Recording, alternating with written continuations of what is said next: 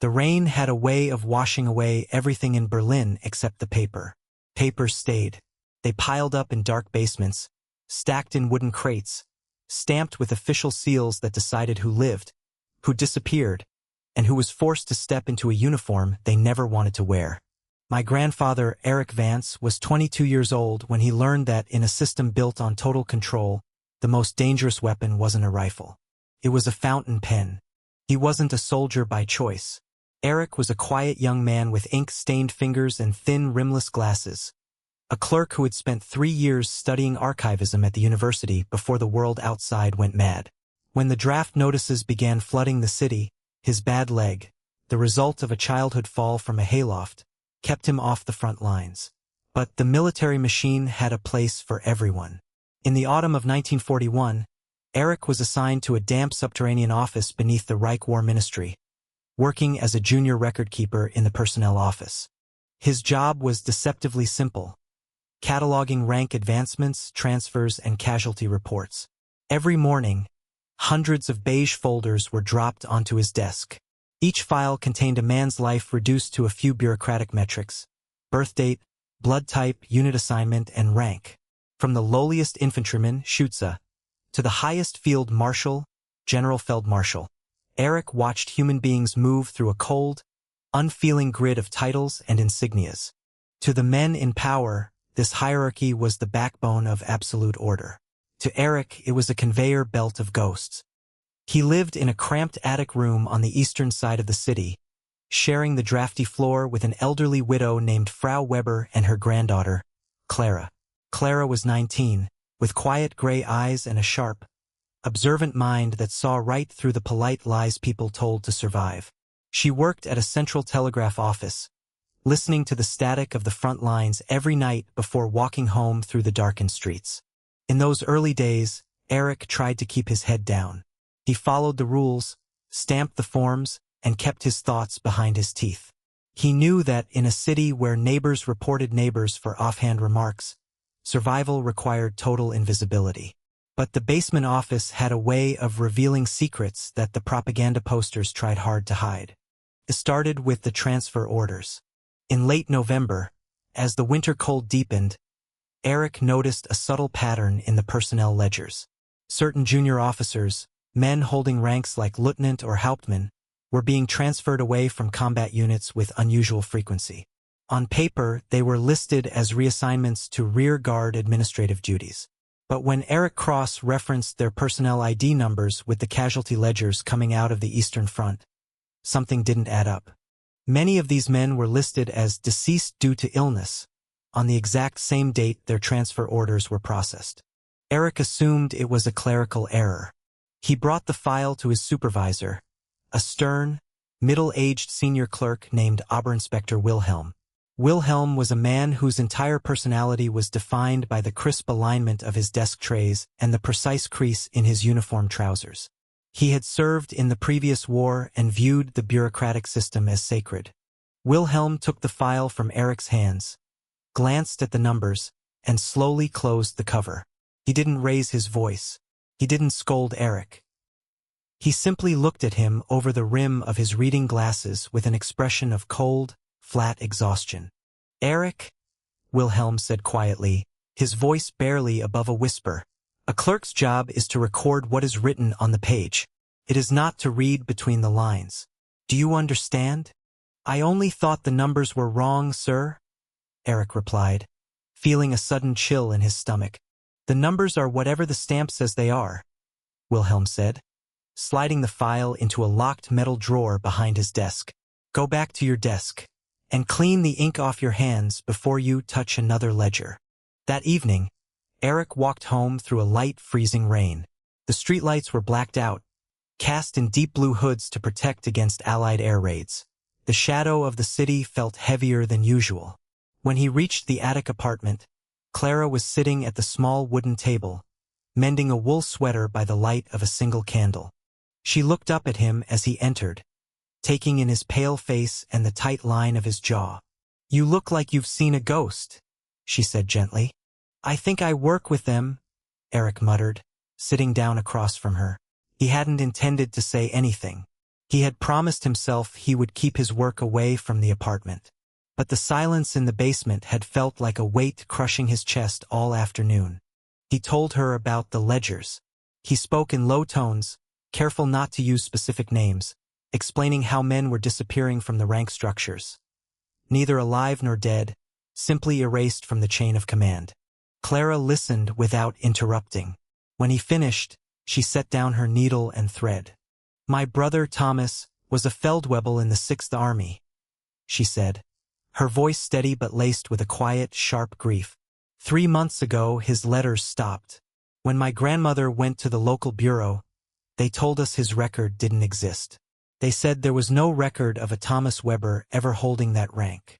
Eric stared at her. "No record? They told us we were mistaken," Clara whispered. "They said perhaps he was in a different branch, or perhaps he had deserted. They turned us away as if he were a ghost we invented." That night, Eric couldn't sleep. The cold room hummed with the distant rumble of night trains carrying troops toward the borders.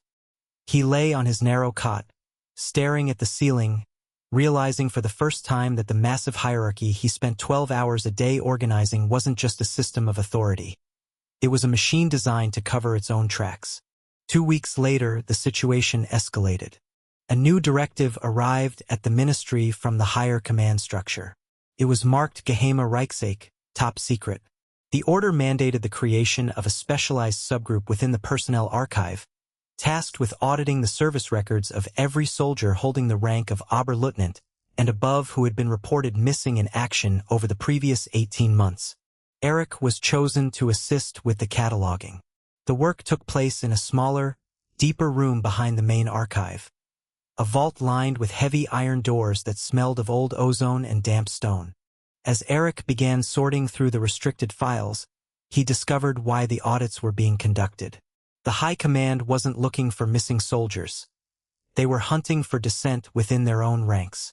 The documents revealed a secret network of communications passing between junior commanders and senior staff officers.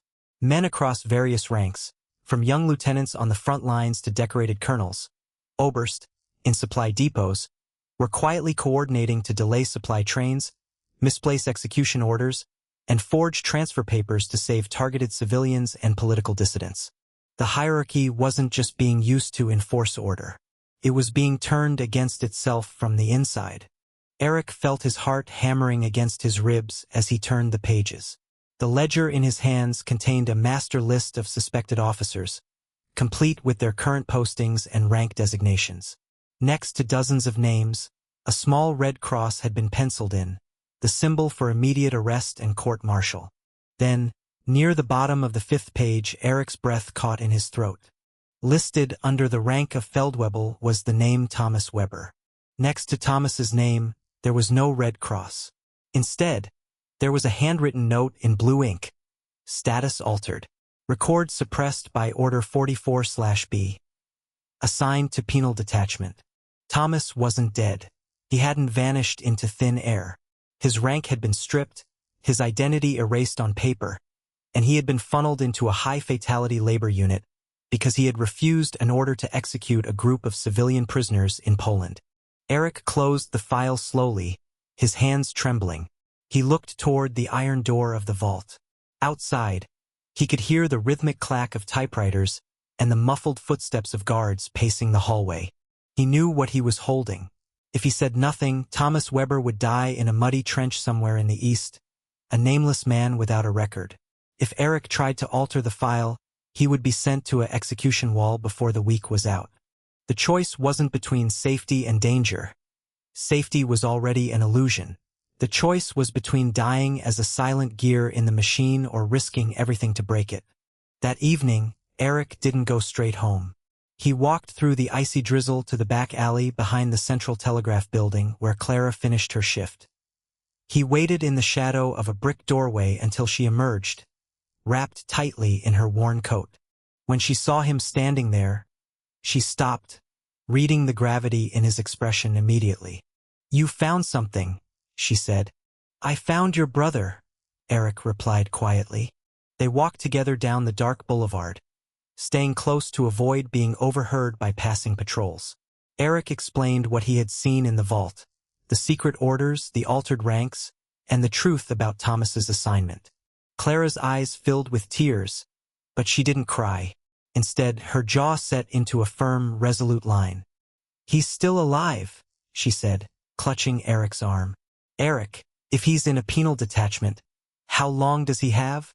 "Not long," Eric admitted. "Those units are sent into minefields ahead of the infantry. But there's something else. The system that erased him. It relies entirely on paper. If a soldier's rank and assignment aren't confirmed by the Central Archive in Berlin, the regional commanders can't process their orders."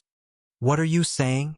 Clara asked, stopping under the dim blue glow of a street lamp. "I'm saying that the hierarchy only works because people believe the archive is infallible," Eric said softly.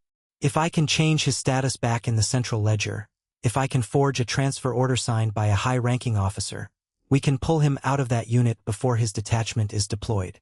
"It's suicide," Clara whispered, though her voice quivered with hope. "If they catch you altering a master ledger." "If I do nothing, he dies anyway," Eric said. "And so do dozens of others whose names are on that list." Over the next month, Eric began living a double life. By day, he was the quiet, meticulous clerk who never spoke out of turn and always finished his quota early. By night, in the quiet solitude of his attic room, he studied the complex web of military signatures, official stamps, and rank regulations. He realized that to save Thomas and others like him, he couldn't just change a name. The Third Reich's military structure was a tightly woven net. A change in a sergeant's rank had to correspond with a vacant slot in a specific regiment, which in turn required authorization from a regional command office headed by a major, or colonel, oberst. To pull off the forgery, Eric needed three things: official government grade paper with the correct watermark, an authentic command stamp from the regional headquarters, and access to the locked Vault 4 during off hours. Clara offered to help. Through her work at the telegraph office, she had access to the daily routing codes used by the military administration. She began quietly copying down the routing headers and authorization numbers that passed through her switchboard, memorizing the patterns of high-level communications. Together, they forged their first document. It was a formal reassignment order for Feldwebel Thomas Weber, transferring him from the penal detachment to an auxiliary supply depot in Bavaria, under the authority of a real colonel whose signature Clara had reconstructed from intercepted telegraph logs. The night Eric planned to slip the forged order into the central dispatch box was bitterly cold. A winter storm had settled over Berlin, bringing heavy snow that muffled the sounds of the city. Eric stayed late at the ministry, volunteering to clear the backlog of casualty reports from the southern sector. The main office emptied by 7 o'clock, leaving only the night watchman and Wilhelm, who remained locked in his private office completing his monthly efficiency reports. Eric waited in the dark archive room, his heart pounding against his ribs like a trapped bird. In his breast pocket, the forged transfer paper felt as heavy as a lead weight. At precisely 8 o'clock, Wilhelm's office door opened. Eric held his breath, pulling himself back into the shadows between two massive rows of filing cabinets. He watched through the gap between the shelves as Wilhelm walked toward the central vault. The old supervisor didn't look like a fanatic. He looked tired. His shoulders were stooped, and his hands shook slightly as he pulled a heavy ring of keys from his belt. Wilhelm unlocked the vault door, stepped inside, and left the door slightly ajar. Erich hesitated. This was his chance to reach the dispatch box in the hallway, but curiosity and fear drew him closer to the vault door. He crept forward on tiptoe, peering through the crack. Inside, Wilhelm wasn't filing documents. He was standing in front of a small iron stove in the corner of the vault. In his hand, the old clerk held a stack of personnel files marked with the Red Cross, the files of officers targeted for arrest. Eric watched in stunned silence as Wilhelm calmly detached the official rank insignias glued to the covers, tossed the identification cards into the fire, and replaced them with blank sheets stamped with generic transfer numbers. Wilhelm was doing the exact same thing Eric was trying to do. He was using his position at the center of the hierarchy to erase men from the system before the executioners could find them. Eric pulled back, but his foot caught the edge of a wooden crate on the floor. The heavy wood scraped against the concrete with a sound like a gunshot in the silent room. Inside the vault, the rustle of paper stopped instantly. "Who's there?" Wilhelm's voice cut through the dark, sharp and cold. Eric knew there was no point in running. The outer doors were locked from the inside. He slowly stepped out into the open hallway, his hands visible, his face pale. Wilhelm stepped out of the vault, holding an oil lamp in one hand and his iron keys in the other. He looked at Eric, then down at the slight bulge in Eric's jacket pocket. Erich, Wilhelm said quietly. "What are you doing here after hours?" Eric reached into his pocket and pulled out the forged transfer order. He didn't offer an excuse. He didn't plead for mercy. He simply held out the paper, his hand steady despite the fear coursing through his veins. "I was trying to save a man," Eric said. "A sergeant. His name is Thomas Weber." Wilhelm stared at the forged document for a long moment. Then he set his oil lamp down on a nearby desk and took the paper from Eric's hand. He held it up to the dim light, examining the forged stamp, the signature, and the routing codes. For nearly a minute, the only sound in the basement was the ticking of the grandfather clock on the wall. "The signature on the colonel's authorization is slightly too low," Wilhelm said, his voice flat and analytical. "And you used the 3-digit routing code from last month. They changed the prefix for Bavarian supply depots on Tuesday." Eric blinked, caught completely off guard. "Sir." Wilhelm pulled a red fountain pen from his pocket. He laid Eric's document on the desk, made 2 swift corrections to the routing numbers, and smoothed the paper down with his palm. Then, reaching into his own coat, he pulled out an authentic brass seal and pressed a thick red wax stamp onto the bottom corner of the page. "If you are going to commit high treason against the Reich, Vance," Wilhelm said softly, looking up at Eric, "at least learn how to do the paperwork properly." Eric felt his knees go weak. You're not going to turn me in?" Wilhelm walked back to the stove inside the vault, tossing another handful of papers into the flames. The bright yellow light flickered across his wrinkled face. 30 years ago, in the First War, I was an infantry lieutenant," Wilhelm said, staring into the fire. "I watched 300 young men die in a single morning because a staff officer 3 miles behind the line wrote the wrong number on an artillery schedule. I realized then that ranks and orders aren't divine. They are just words written by men who don't have to bleed for them." He turned back to Eric, his eyes hard. "I couldn't stop the war then, Eric. But I have been sitting in this basement for 6 years, and I will be damned if I let this office be nothing more than a slaughterhouse. Now give me the rest of the file. If we don't route this transfer through the divisional main desk by midnight, the morning courier will leave without it." From that night on, the basement office became a silent, secret battleground. Working together, Wilhelm and Eric created a hidden parallel record system within the ministry. While fulfilling their official duties, cataloging the promotions, transfers, and casualties of the Third Reich's vast military machine, they quietly altered the files of hundreds of men. They reduced high-risk ranks to low-visibility logistics roles. They fabricated medical discharges.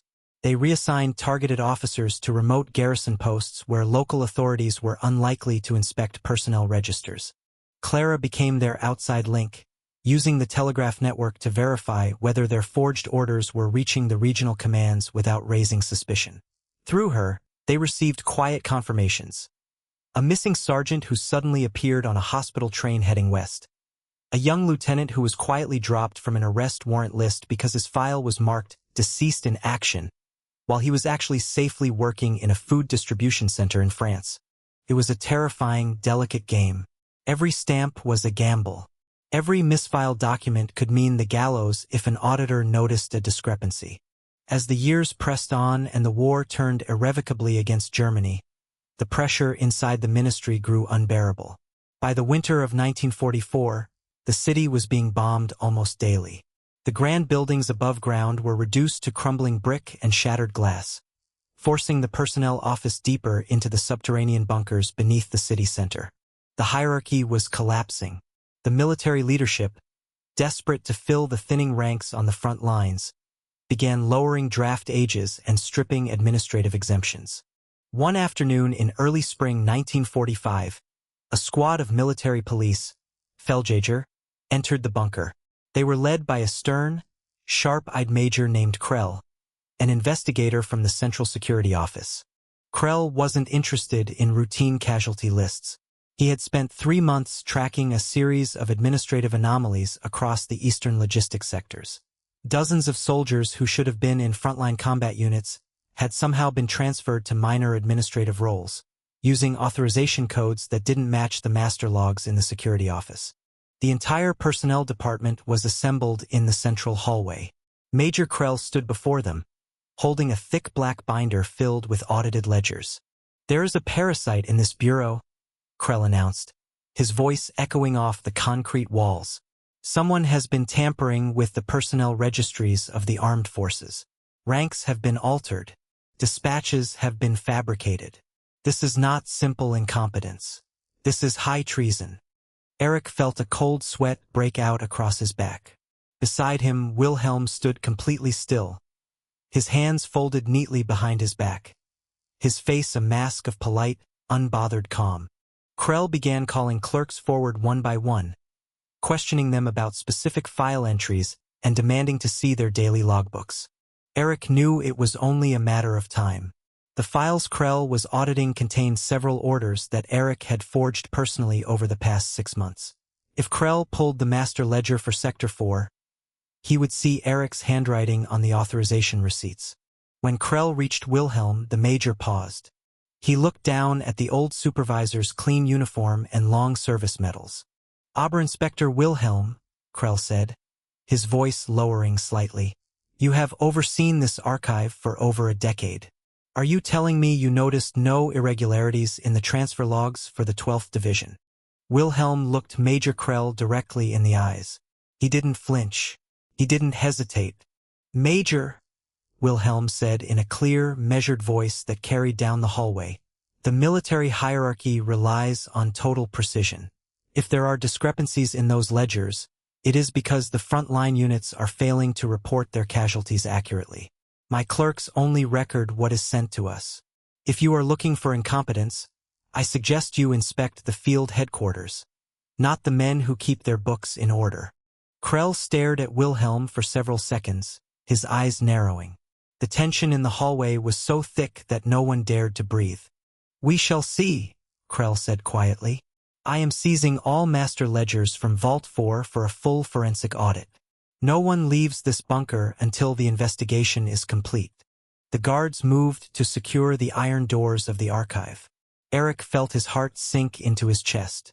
The master ledgers in Vault 4 contained the unedited cross-references, the direct evidence of every altered rank and forged transfer they had executed over the past 3 years. If Krell spent 2 hours with those books, both Eric and Wilhelm would be executed before sunrise. As the clerks were ordered back to their desks under guard, Wilhelm leaned close to Eric while pretending to pick up a fallen stack of folders. "The secondary key to the stove in Vault 4, Wilhelm whispered, his voice barely audible. "It is inside the casing of my mantel clock. Tonight, when the guards rotate during the air raid, you must burn the cross-reference ledger." Eric looked at the older man in shock. "What about you?" "Krell will watch me," Wilhelm said softly. "He knows I am the head of this office. He will be watching every move I make. You are just a junior clerk with a bad leg, Eric. They don't look at you. Make them keep ignoring you." That night, the sirens began to wail across Berlin at 11 o'clock. It was a massive raid. The heavy concrete bunker shook as high explosive bombs detonated on the streets above, sending clouds of dust streaming down from the ventilation shafts. The lights flickered and died, leaving the corridors illuminated only by emergency red lanterns. In the confusion and dark, as the guards took cover in the main hallway, Eric moved. He slipped into Wilhelm's office, pulled the key from the back of the mantel clock, and crept into Vault 4. The room was dark and filled with the smell of old paper and dust. Working by touch, Eric found the iron stove in the corner. He opened the heavy door, reached into the bottom shelf of the central cabinet, and pulled out the thick, leather-bound cross-reference ledger. the record of every life they had saved. He opened the stove, struck a match, and touched the flame to the edge of the yellowed pages. The dry paper caught instantly. Bright blue and orange flames licked up the edges of the book, illuminating the small room with a harsh, dancing light. Eric watched as hundreds of names, ranks, and forged transfer numbers curled into black ash. Suddenly, the vault door swung open. It wasn't Major Krell. It was Oberinspector Wilhelm. Wilhelm stepped into the room and immediately closed the heavy iron door behind him, locking it from the inside. "Is it done?" Wilhelm asked, his face lit by the fire reflecting off his glasses. "It's burning," Eric said, his voice shaking. "Everything is turning to ash." Wilhelm let out a long, slow breath. He walked over to the stove, took the poker, and stirred the ashes to ensure every single page was completely destroyed. Then the old supervisor turned to Eric. He reached into his coat pocket and pulled out a single folder, a fresh set of travel papers and an official civilian identity card, stamped with the highest administrative authority. "Take this," Wilhelm said, pressing the folder into Eric's hands. Eric looked down at the document. It was a formal discharge paper for Eric Vance, declaring him unfit for duty due to medical disability and granting him immediate evacuation clearance to the Southern Rural District. "I can't take this," Eric said, trying to hand it back. "What about you, sir?" "When Krell sees that the ledger is gone." "Krell already knows," Wilhelm said softly. "He found the secondary dispatch notes in my desk 10 minutes ago. He is coming down the hallway right now with the guards." Eric's blood ran cold. "Sir, come with me through the rear ventilation shaft. We can both get out." "No, Eric," Wilhelm said, putting a firm hand on the young man's shoulder. His grip was remarkably strong for a man his age. "If we both vanish, Krell will hunt us down, and he will audit every paper that ever left this building. But if he has a culprit, if he has the head of the bureau sitting right here, he will close the case.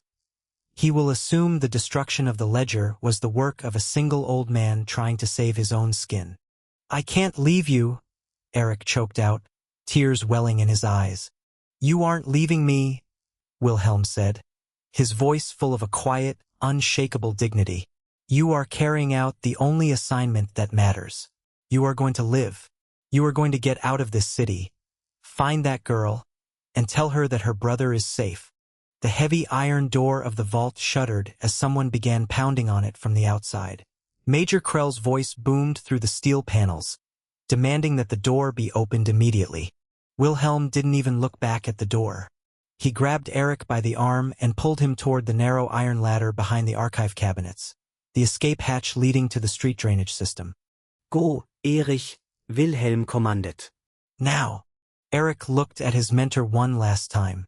Wilhelm turned around, smoothed his uniform jacket, adjusted his glasses, and walked toward the vault door to unlock it. Erich climbed. He pulled himself up the narrow dark shaft, his hands slick with sweat, the sound of breaking iron doors echoing below him until it was drowned out by the roar of the air raid above. He emerged into the ruined streets of Berlin under a night sky lit by smoke and burning buildings. He ran through the rubble, clinging to the small leather folder in his coat, until he reached the eastern quarter. The attic apartment was partially damaged by blast waves, but Clara and her grandmother were still alive, huddled in the basement among the neighbors. When Eric found her in the dim, smoky light, he didn't say a word. He simply pulled her into his arms and held her tight. 3 weeks later, the war in Europe came to an end.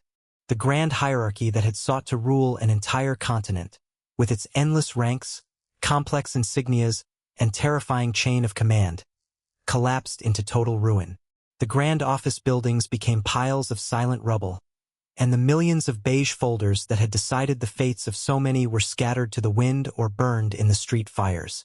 Eric and Clara left Berlin on foot, carrying only a single suitcase between them.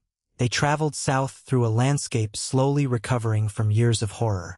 In June 1945, in a small transit camp near Munich, they found him. Thomas Weber was thin, tired, and walked with a slight limp, but he was alive. He had been working in a Bavarian farm depot when the war ended, preserved by a single forged transfer order that had routed him away from the killing fields of the East. When Thomas saw Clara, he broke down and wept, holding his sister on the dirt road outside the camp. And when he turned to Eric, not understanding how his name had been moved from a death squad ledger to a quiet rural farm, Eric simply shook his hand and said, "It was a friend in the basement. My grandfather lived a long, quiet life after the war. He married Clara, and together they built a small bookbinding shop in a peaceful town near the Black Forest. He spent the rest of his days restoring old, damaged books, stitching leather covers, repairing torn pages, and preserving words that were meant to last. He never wore a uniform again. He never cared for titles, ranks, or medals. When I was a boy, I used to sit in his workshop, watching him carefully apply glue to the spine of an old encyclopedia. On his workbench, sitting right beside his brass magnifying glass, was a small, worn wooden desk stamp, the one Wilhelm had used in the deep bunker beneath Berlin. One afternoon, I asked him why he kept it, when everything else from those years had been thrown away. My grandfather set down his brush, looked at the quiet brass seal, and stroked his chin thoughtfully. A long time ago, he told me softly, men built a massive pyramid of ranks. They believed that the higher a man climbed on that ladder, the more important his life became, and the more power he had to decide who was allowed to live and who was forgotten. He picked up the old stamp, turning it over in his ink-stained hands. "But they were wrong," he said quietly. "The true power of a human being is never found in the rank on his shoulder. It is found in what he chooses to do when he is holding the pen."